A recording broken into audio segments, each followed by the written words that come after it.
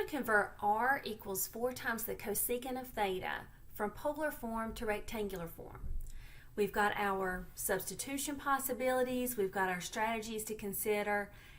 We don't see anything with cosecant, so let's use an identity to rewrite cosecant.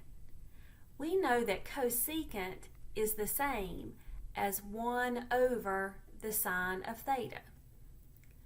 And so we have r equals 4 divided by the sine of theta. Well, we see an r and a sine of theta that's dangerously close to this.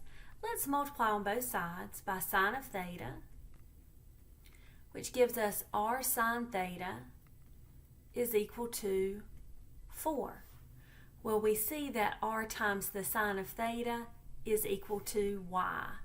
So the rectangular form of this equation is y equals 4. So let's begin to think about what the graph of this would look like. We know that y equals 4 is a horizontal line that goes through the y-axis at 4, which means that's what the graph of this must look like too. All right, let's take a look at r equals -8 times the cosine of theta. We have the cosine theta, which is good. That reminds us of this, but we really wish there was an r there. And then we've got an r, but we really wish it was squared. So what do I want on both sides? An extra r. Let's multiply by r on both sides. So when I do that, multiplying by r on both sides, we have r squared equals -8r times the cosine of theta. All right, so let's look at our substitutions we can do. R squared is x squared plus y squared.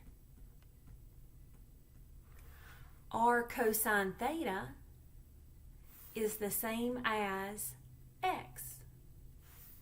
So we have -8 times x. We could stop here. That's perfectly fine.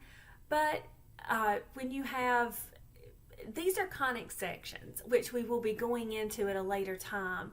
At that time, we would see that it would be preferable to have all the variables on one side and the constants on the other. So in preparation for that, I'm going to go ahead and move my 8x over and have this be equal to 0. But this answer is perfectly fine. This answer is perfectly fine. We have one more example to look at.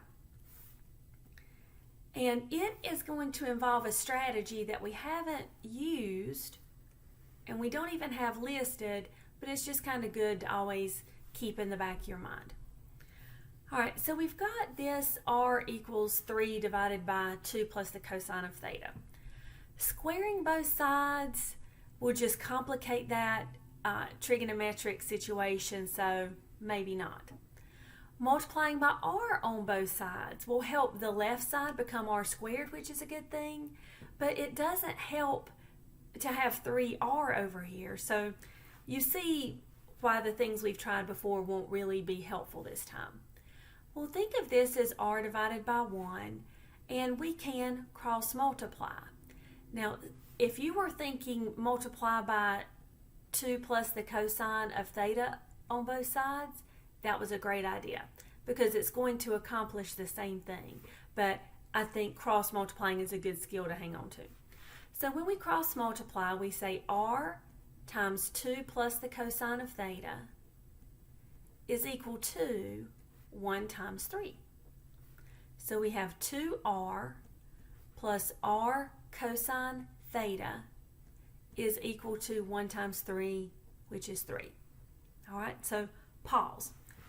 Do you recognize r cosine theta? Well, x is equal to r cosine theta. So we could go ahead and replace that with x. Okay. Now we're partially there, but we can't have this mixture of r's and x's going on. So I need this really to become a square. So, I could square both sides, which is what I'm about to do, but because I don't want to multiply by r, I don't want to put an r on the x and kind of mix things up. I'd like to make a suggestion before we square both sides. Move the x to the other side, all right?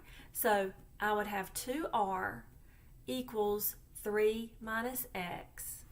I'm going to square both sides of that equation, yielding 4r squared equals, squaring out this binomial, we would have 9 minus 6x plus x squared.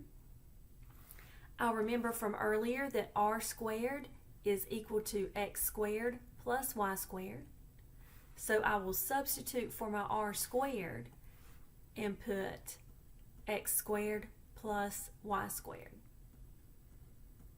which is equal to 9 minus 6x plus x squared. Technically, we could stop here, but it just seems like we could simplify a little bit, doesn't it? So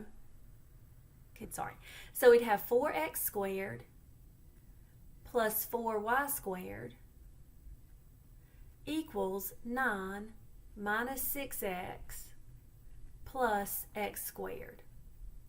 If I get this equation equal to 0, I would subtract x squared. I would add 6x. I would subtract 9 and have that be equal to 0. Now, please pause the video, or before going on to the next video, I should say. Complete Skill Practice 7. This is straight out of your book. Check the answers in your book, and I'll make a video showing how to complete this. The skill practice is on page 693 in your book.